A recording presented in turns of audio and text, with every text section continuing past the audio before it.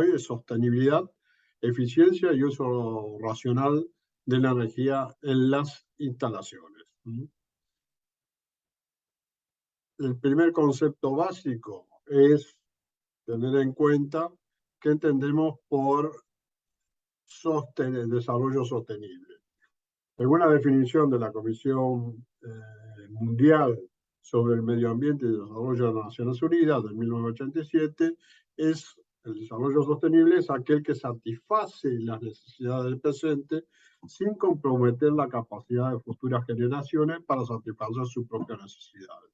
Acá me detengo por una cuestión semántica. También ustedes van a ver que está la palabra sustentable, y la diferencia es que la palabra sustentable implica algo utópico, porque cuando nosotros intervenimos en el medio, evidentemente generamos uso de medios que son no renovables, es decir, energías o cuestiones particulares del ambiente que no son renovables. Entonces, si yo digo que las mismas condiciones que tengo hoy tengo que preservarlas para las futuras generaciones, evidentemente no voy a poder lograrlo porque yo hago un uso, digamos, de eso que no es renovable, ¿sí?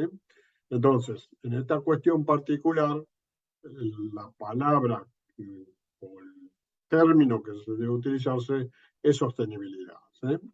La sostenibilidad, la diferencia entonces, para un poco más, que sea un poco más claro, es el que me permite a mí el uso de eso que es energías renovables o no renovables, pero digamos, con el avance tecnológico voy a lograr que las futuras generaciones tengan la misma capacidad de desarrollo que tenemos hoy, ¿sí?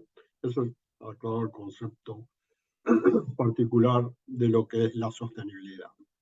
Después está la eficiencia energética. La eficiencia es el uso energético en función de optimizar un consumo, ¿sí?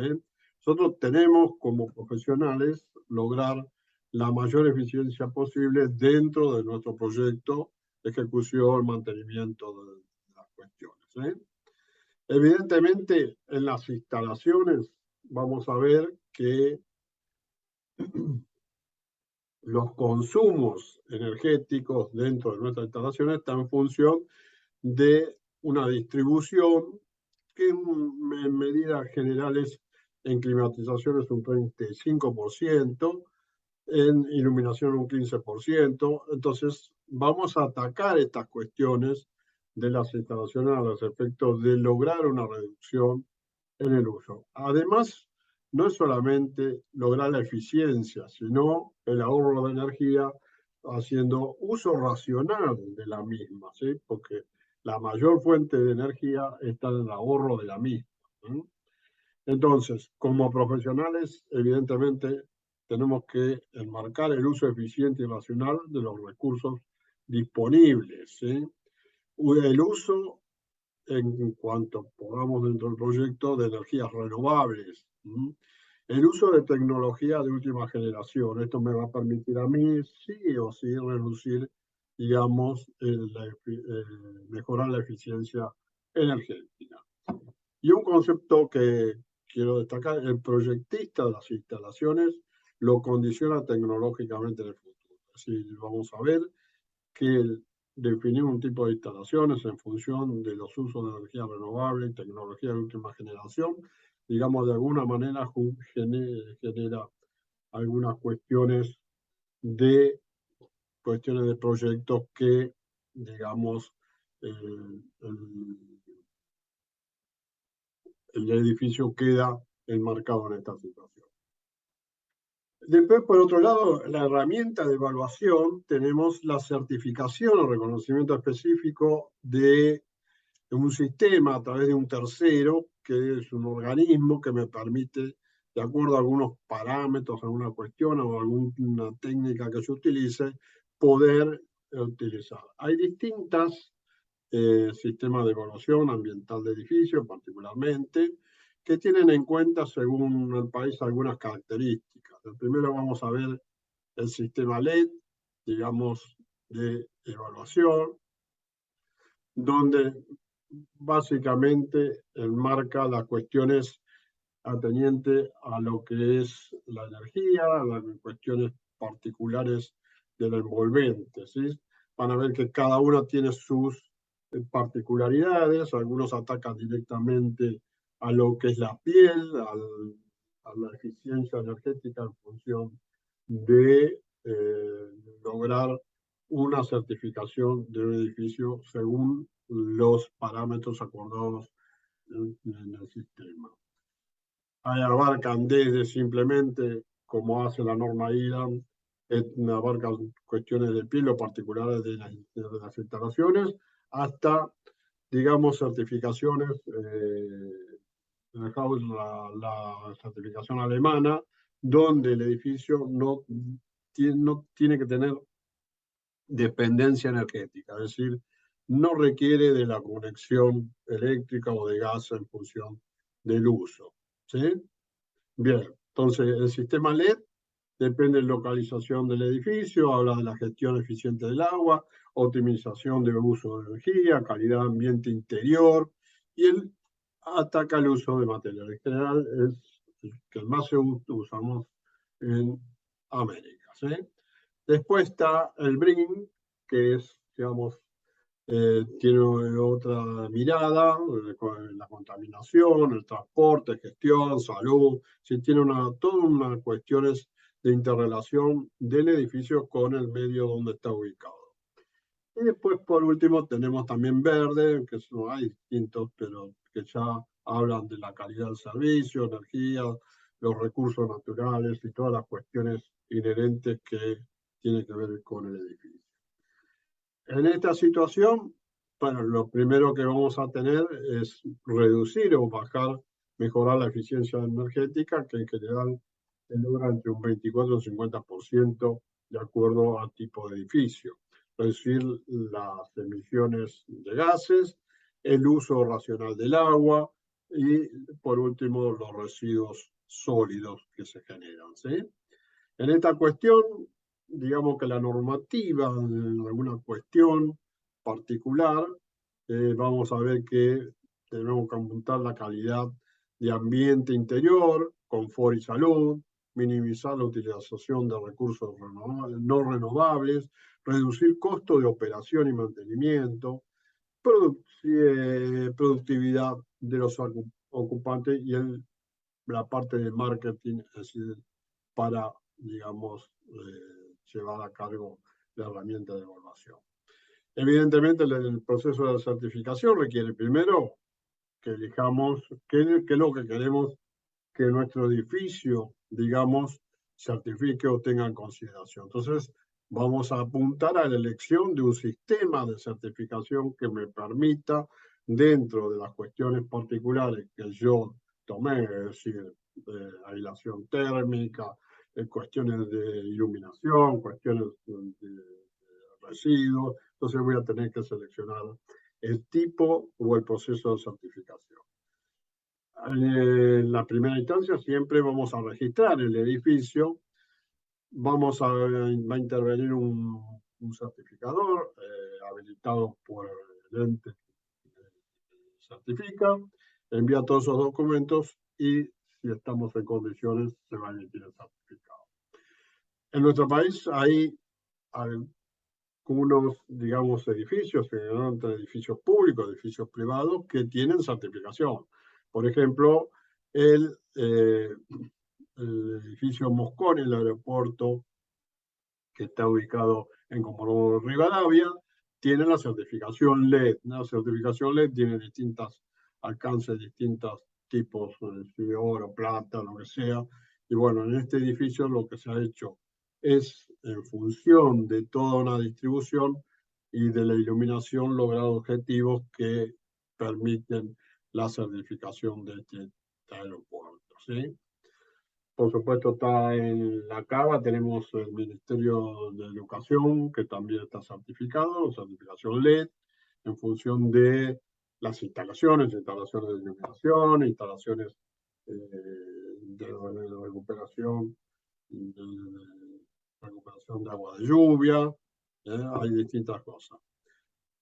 Por otro lado, está en nuestra normativa no obligatoria el etiquetado de eficiencia energética de edificios a través de un sello de la norma IRA, la norma IRA 11900. Entonces van a ver que califica o clasifica en general el etiquetado, que es distinto de la certificación. Una cosa es una certificación, otra cosa es el etiquetado. Habla de eficiencia. La eficiencia en relación depende de la norma, de A, que la más eficiente, a G, que la menos eficiente. Siempre debemos tratar que el ahorro de energía que podamos lograr esté dentro de parámetros que sean realmente funcionales, es decir, la aislación de la piel, las ventanas, etcétera, iluminación, por lo menos atacar la iluminación, y algunas cuestiones de calefacción, y algunas cuestiones propias del edificio, va a lograr que elevemos el nivel desde el G, que es el peor de todos, al máximo mayor eficiente que el etiquetado A. Bien, lo primero que tenemos que ver en función del ciclo de vida, es decir, no podemos hablar directamente de edificio sin tener en cuenta algunas cuestiones particulares de todo el desarrollo de la obra, ¿verdad? Y incluso el mantenimiento. Entonces, dentro del proyecto vamos a ver que tenemos que aplicar este de uso racional, eficiencia de energía, el diseño, la construcción.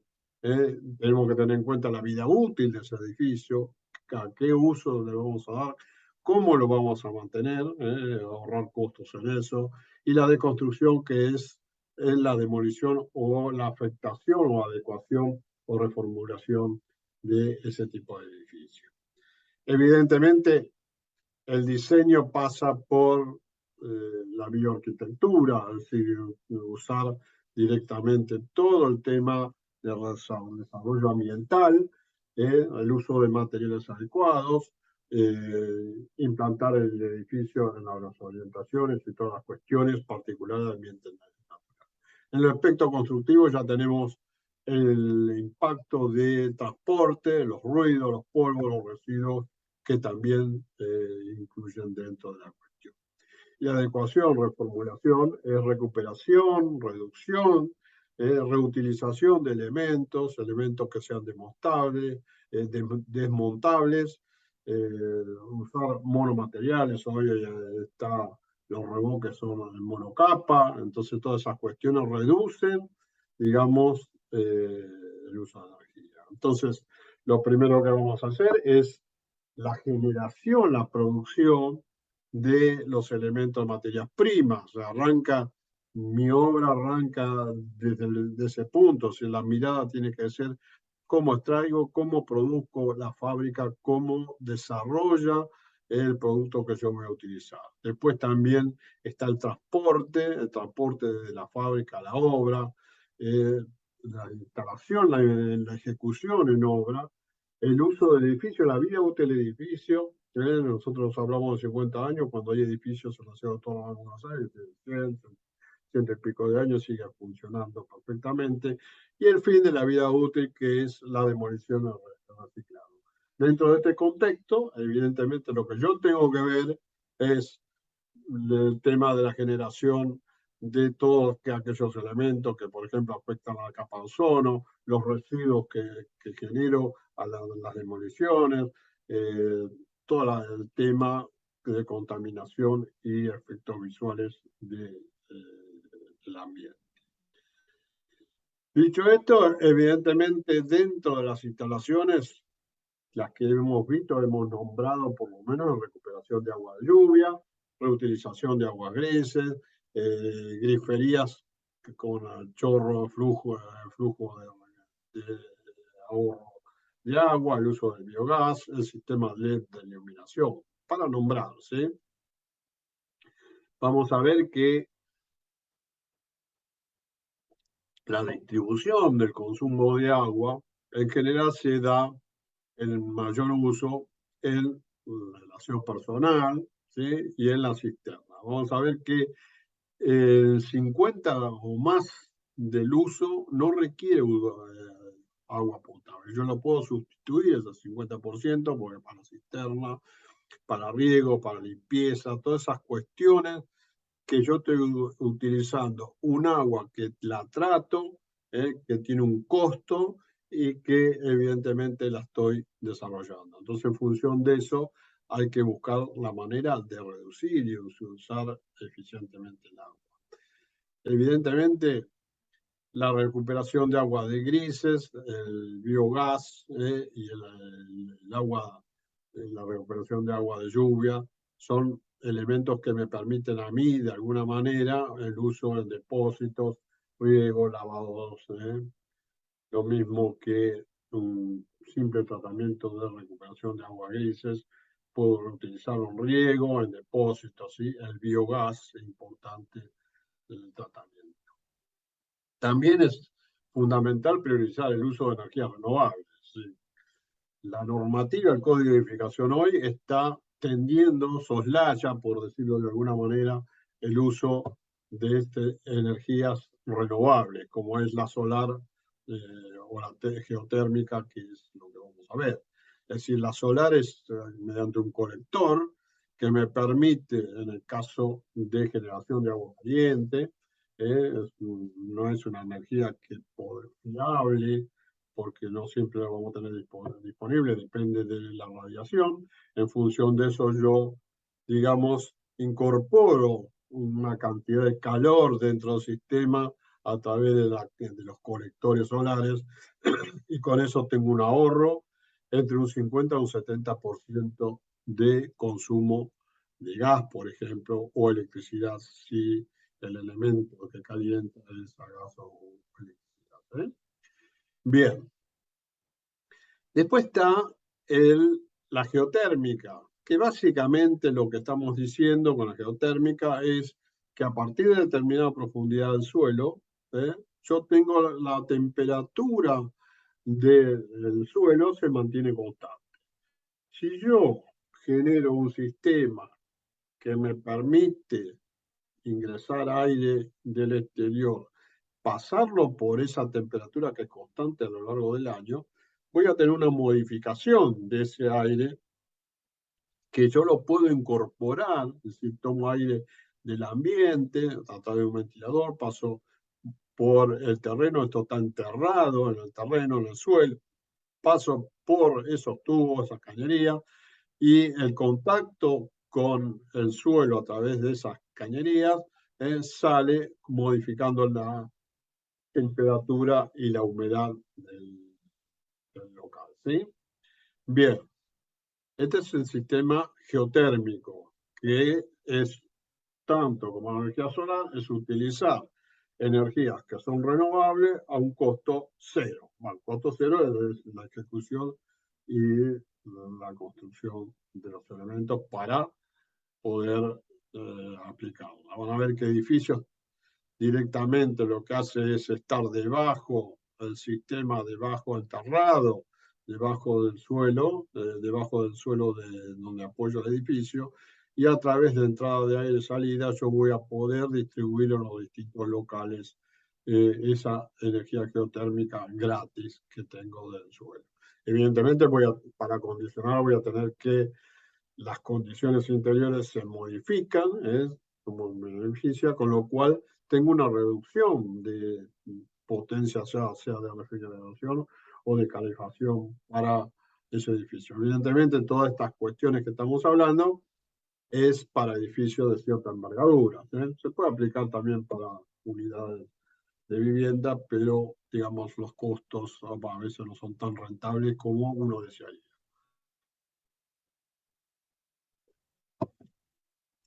También podemos aplicar dentro de las instalaciones para mejorar la eficiencia energética la bomba de calor, que algo ustedes habrán escuchado, en recuperación de calor, pre-cooling, cogeneración, inverter y control centralizado. La bomba de calor básicamente es un sistema que es un aire acondicionado, que eso lo hemos visto, que en verano, digamos, yo tengo toma aire del exterior, compresor, el sistema de refrigeración, serpentín y, digamos, enfriamiento del local, ¿sí? En invierno el proceso es inverso, ¿sí? ¿Cómo lo hago? Es el circuito en verano funciona hacia una dirección y en invierno funciona en otra dirección, generando calor. Es decir, cuando funciona en verano, enfría el local y calienta el aire, expulsa aire caliente en el exterior. Y cuando invertimos ese, eh, digamos, ese aire acondicionado, evidentemente se invierten las condiciones. Entonces, es lo que se denomina bomba de calor y que me permite a mí, de alguna manera, digamos, generar, digamos, funcionamiento. ¿Sí? Bien. Evidentemente, acá hay un sistema de potencia donde la bomba de calor, el sistema de bomba de calor, tiene una recuperación, una eficiencia energética de que toma, consume 1 kilowatt de energía y genera 2 a 3 kilocalorías de calor. ¿Sí? Mejora sustancialmente. Eso va a depender del equipo.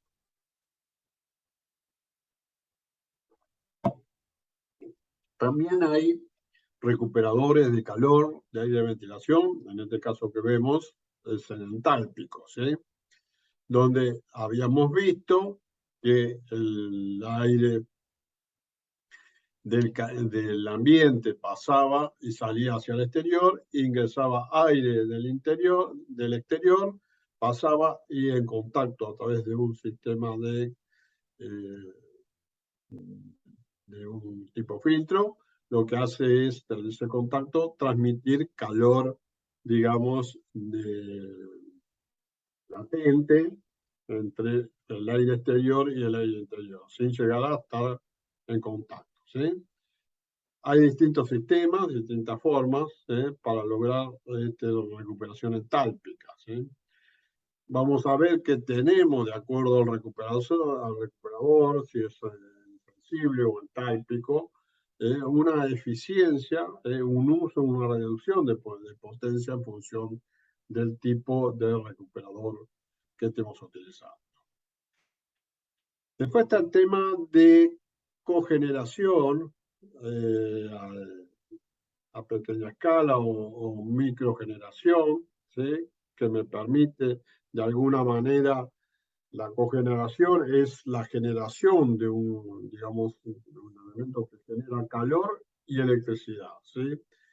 Ese uso depende de las funciones que esté utilizando. En función que esté utilizando, la máquina genera calor y genera electricidad según el uso que yo esté haciendo. Evidentemente, sigue generando calor, sigue generando electricidad. Eso hace que pueda llegar a tener, según el uso, el tiempo de hora, un excedente eléctrico que yo lo puedo llegar a vender como unidad, ¿sí? Básicamente esto es lo que basa el sistema alemán, donde lo que yo estoy teniendo es mi propia usina generadora de calor y de electricidad que me permite autoabastecerme. Y de alguna manera, si eso es tan eficiente que me permite generar electricidad, puedo llegar a venderlo a la línea de negocio. Evidentemente, el otro tema importante y fundamental es cuando uno propone, digamos, ya sea la microgeneración o la generación, lo que sea rentable, ¿sí? Es decir, evidentemente, cuando yo propongo alguna cuestión de esta de uso eficiente de energético, como hemos visto, evidentemente yo tengo un ahorro, pero el uso, el recurso que me insume, lo tengo que recuperar a determinado tiempo, a determinada edad, ¿sí? A determinado tiempo de transcurso de uso, ¿sí? Entonces vamos a hablar para obras nuevas, un plazo de 5 a 10 años como máximo, ¿sí? O 5 años que yo tengo que recuperar. En cambio, si yo estoy hablando de edificios de rehabilitación o de recuperación o lo que sea, ese plazo lo puedo extender hasta 15 años.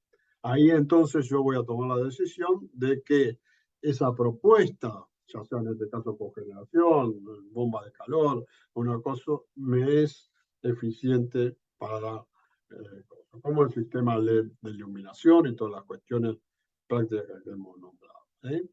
Por otro lado, evidentemente, el ahorro energético también se basa en un control centralizado del sistema, ¿sí? Es conveniente, de acuerdo a la tipo de edificio que tengamos, que ese edificio sea controlado de alguna manera, de manera tal que el uso de iluminación, de refrigeración, del sistema de alarma, todo sea a través de un sistema de control y que permita de alguna manera que yo pueda, digamos, todas las características, los elementos que logran una eficiencia energética, lograr el uso racional y eficiente. ¿Qué quiere decir?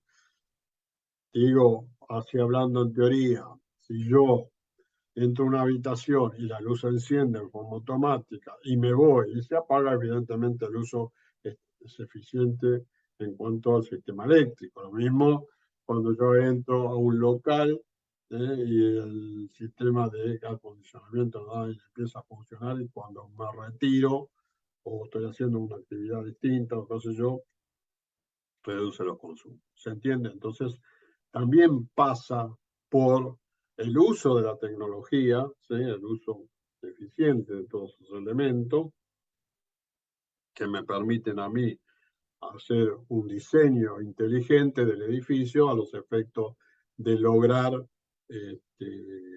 mayor eficiencia. Evidentemente también, como tiene sus pros, tiene sus contras, la centralización, ¿no? Así que un ejemplo de la contra es que una pequeña falla puede afectar al total. Entonces, yo me encuentro totalmente sin los beneficios de confort que puede dar el sistema centralizado.